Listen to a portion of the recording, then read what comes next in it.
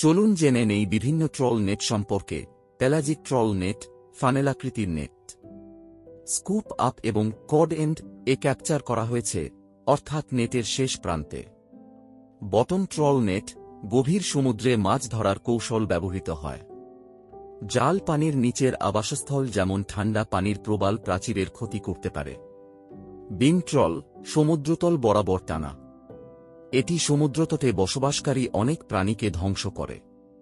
লম্বা line, dolphin, হাঙ্গর, কচ্ছপ এবং সামুদ্রিক পাখি হুকগুলিতে আটকা পড়ে। পার্সেইনস, পার্সাইন মাছের বট স্কুল ক্যাপচার করার দক্ষতার জন্য আলাদা।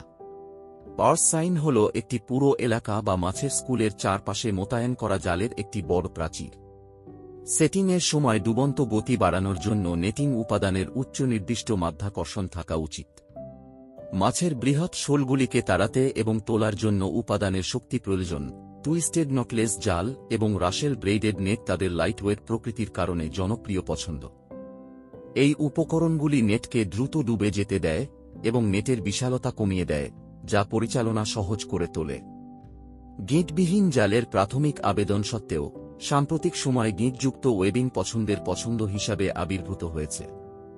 এই পছন্দকে চালিত করার একটি উল্লেখযোগ্য কারণ হল ক্ষতিগ্রস্ত হলে নকলেস ওয়েবিং মেরামত করতে অসুবিধা।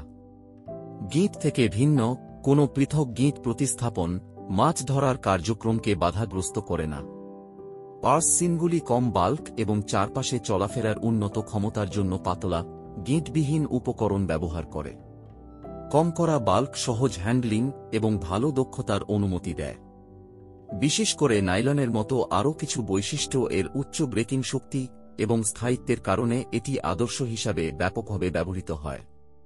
চমৎকার ইলাস্টিক বৈশিষ্ট্য, উচ্চ নির্দিষ্ট মাধ্যাকর্ষণ, স্রোতের বিরুদ্ধে কম প্রতিরোধ ক্ষমতা, ভালো জল ঝরানো ক্ষমতা।